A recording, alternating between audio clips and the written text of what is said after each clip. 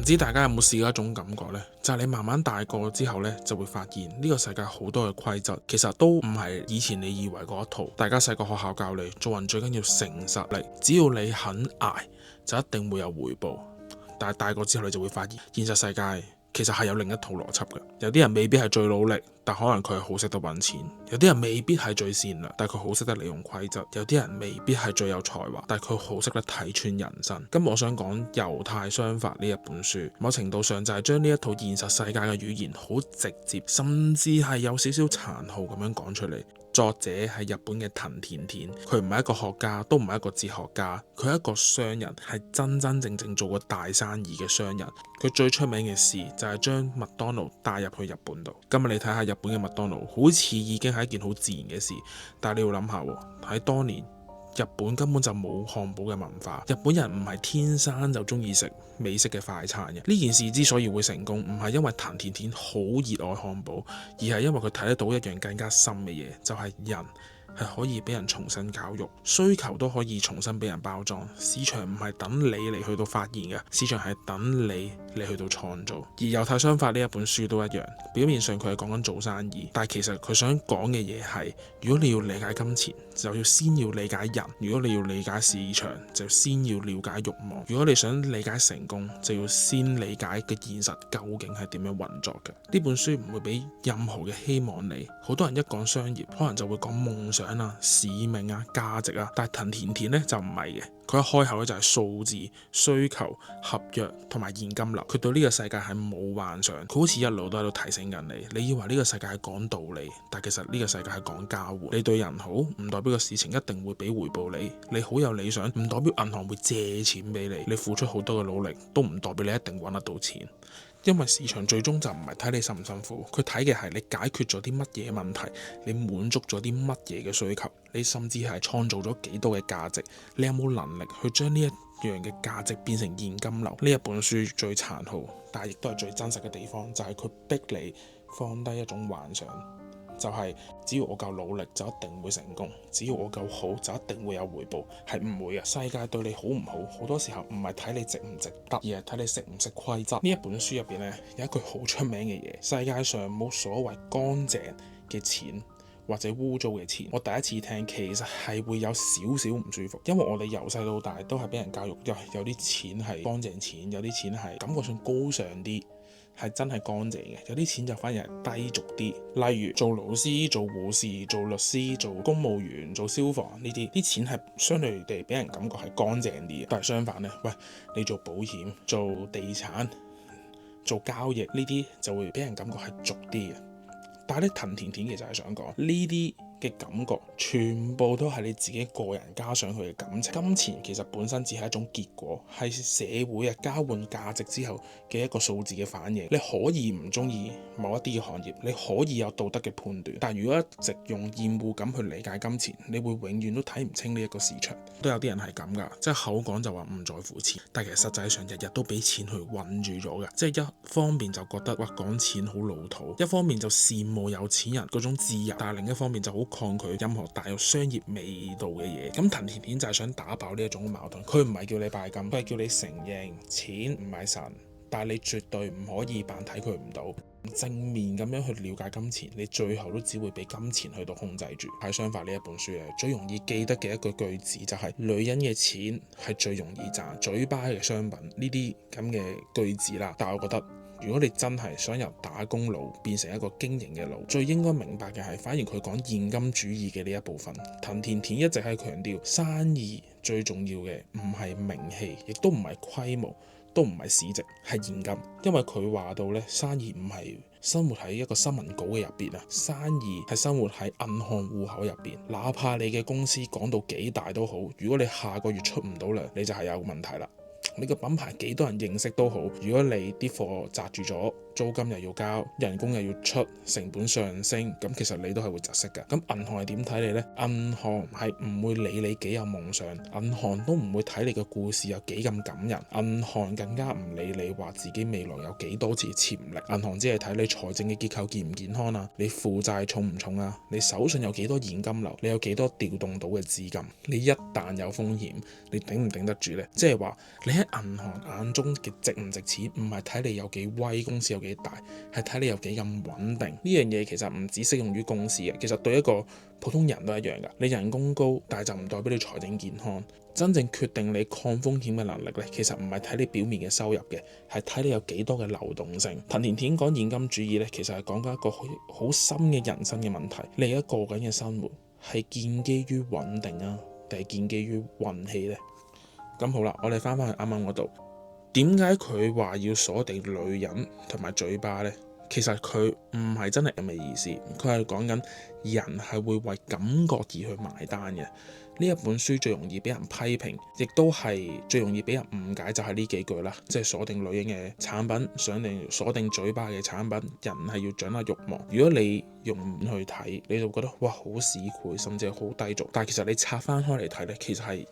都講得幾準嘅。佢唔係話講女人本身啊，佢係講緊呢一類嘅消費心理。有一啲嘅市場功能唔係重點，感覺先係。就好似你買香水，唔係因為香水好實用啊，你係買係因為你想變得更加有魅力，你想俾人記住啦，甚至乎你係想透過味道去塑造自己。就好似你買化妝品、護膚品盲盒，好多時候唔係因為功能性最強啦，而係因為佢滿足到一樣嘢，就係情緒。即係點解買盲盒會有人排隊？點解限量版會有人通宵咁樣排？明明屋企已經有好多公仔，點解都仲要買？因為人呢，買一樣嘢唔係呢件物品啊，佢買嘅係期待啊、稀缺啊、身份、安慰同埋自我嘅獎勵。再簡單啲講，人好多時候唔係為咗實用去到俾錢，而係為感覺而去到俾錢。呢句説話其實係非常之可怕嘅，因為你一旦明白咗呢一點，你就會明白世界上最賺錢嘅產品好多時候都唔係一啲最有用嘅產品嘅，而係一啲最能夠操控情緒嘅產品。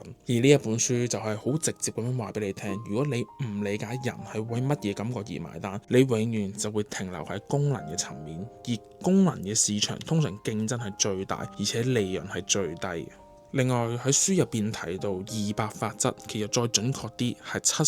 78-22法則，唔係淨係講緊客戶嘅分佈、利潤嘅來源。我覺得佢係講一樣好難令人接受嘅事實啦，就係呢個世界根本就唔平均，就好似20% 嘅人掌握住80% 嘅資源，20% 嘅產品賺80% 嘅錢，20% 嘅決定影響80% 嘅命運。點解呢樣嘢會令人哋唔覺得唔舒服呢？係因為我哋由細到大係講緊公平呢一樣嘢嘅，但係個市場原來就係從來都唔公平。市場只係會放大最重要嘅少數，然後淘汰無效嘅多數。呢個聽落好似好殘酷啦，但係其實你自己睇翻你自己嘅人生，可能都係真正拉開你同其他人嘅差距，唔係你每日好努力翻工嗰8-9個鐘，而係可能你做咗1-2個好關鍵嘅決定。就好似你有冇學一啲值錢嘅技能啊，你有冇入啱行，甚至乎你有冇識得可能用唔同嘅語言打開市場，你有冇將時間放喺真正高槓桿嘅地方。大部分人唔係唔努力啊，大家都好努力，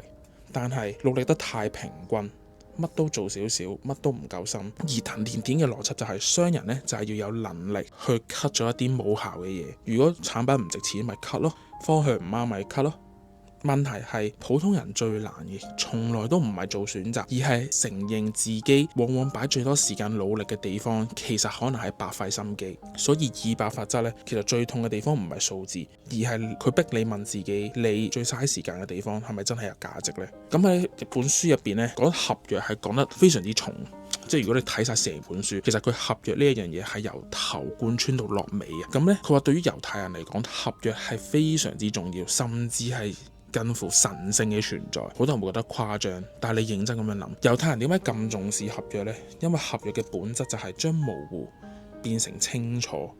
而喺成熟嘅商業關係呢，一定要係建立喺清楚之上。好多香港人啊，或者係華人嘅國家就話喂，同你咁熟得㗎啦，喂，自己人嚟啊，信得過，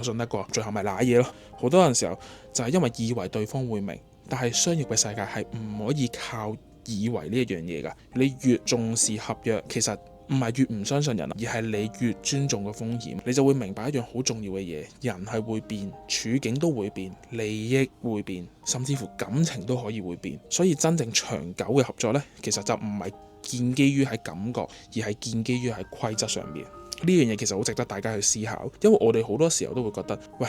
即係計到盡就傷感情啦，係咪先？但係現實其實永遠都係相反嘅。你唔講清楚反而先係最傷感情。就好似猶太人合約上面啦，其實香港人嘅合約都係㗎，你係唔會接受到，譬如我 set 咗個 deadline，你係唔可以話幾個月俾到你啊，你一定要係邊月邊日咁樣講出嚟，清清楚楚，然之後喺呢個 deadline 前去完成呢一件事。所以咧，合約係本身模糊嘅嘢變成清晰。咁猶太商法呢一本書呢，唔係一本教你賺錢嘅書，其實佢某程度仲係一本關於時間感覺嘅書。喺書入邊就話，商人係唔可以將琴日嘅工作留到去今日，商人要喺預約嘅時間內完成事情，時間先係最貴嘅商品，要計下自己仲剩翻幾多嘅時間。呢啲句子表面上好似係效率啊，但係其實呢，深入啲睇，其實係一個生命嘅價值觀。藤田呢嘅世界觀就好簡單，喂，你人生其實係冇你想象中咁長。當你以為自己有好多時間慢慢去試，但係其實每一次嘅拖延都係一次嘅成本，你每一次嘅猶豫都係一次嘅消耗，每一次嘅等陣先都係你將自己可用嘅生命減走咗。香港人呢，好多時候都會習慣咗等啊，即係譬如喂，等經濟好啲先啦，等我準備好先啦，等我有錢啲先啦，甚至乎等樓價跌先啦。